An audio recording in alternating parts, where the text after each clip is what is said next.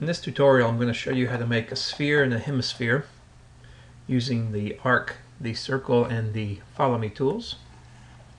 So let's start with a blank canvas here.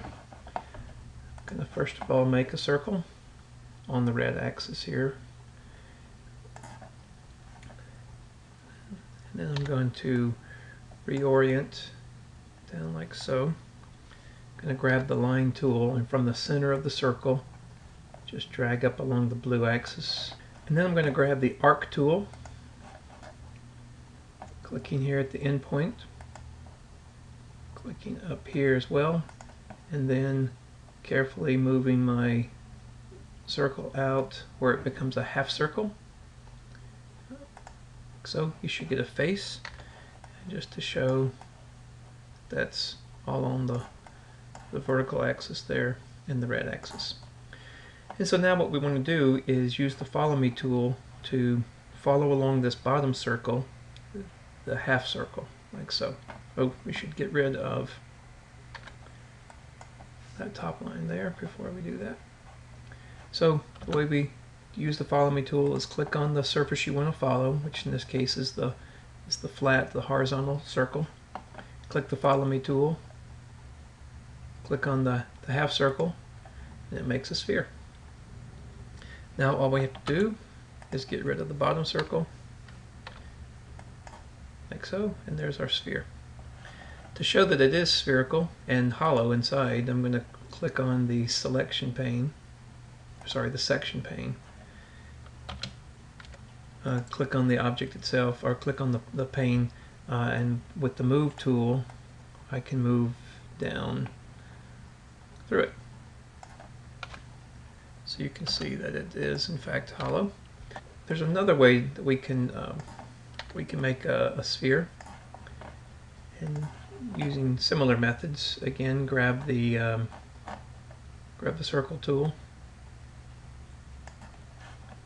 and this time I'm going to orient it down like so. I'm going to grab another circle, and from the center of that horizontal circle I'm going to draw another circle that's within the horizontal circle.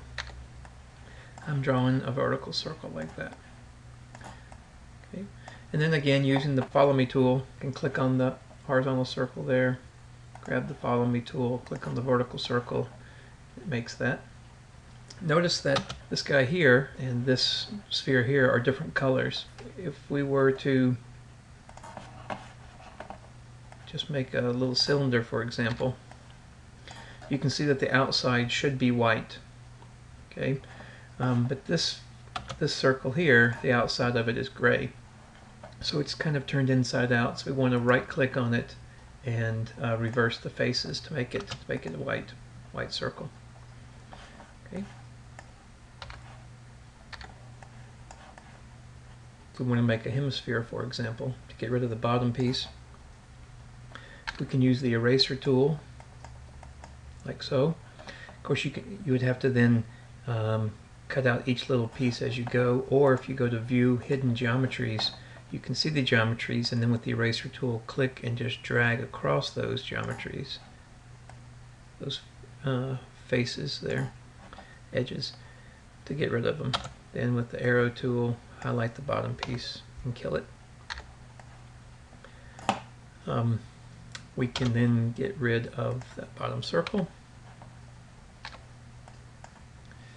and you can see that the hemisphere is hollow. If you want it to have a solid base, you can simply click there, and then get rid of the line. Oops, did not mean to do that, sorry. Okay, one thing I was going to show you and forgot to do is notice that these spheres are made up of only a few number of polygons, that the circle themselves, the base of each circle, was made up of 24-sided circles. So if we want a smooth circle, what you'll need to do is click on the circle, and then instead of using a 24-sided circle, come down here, type in 100s for a 100-sided circle, and that would make that circle much smoother. Let's see if we can't do it again quickly. Oh, you know, sometimes you have problems getting the second circle drawn, and you have to have the orientation just so. There it is. Okay. Now again, the follow. Whoops. First, we have to click on the face we want to follow, and then click on the thing. There we go. Many more faces. And if we want to make this a hemisphere, then there's a lot more erasing to do. We just need to be careful. Again, showing the hidden geometries is a great way of making this happen. Being careful that you don't delete something in the top hemisphere accidentally.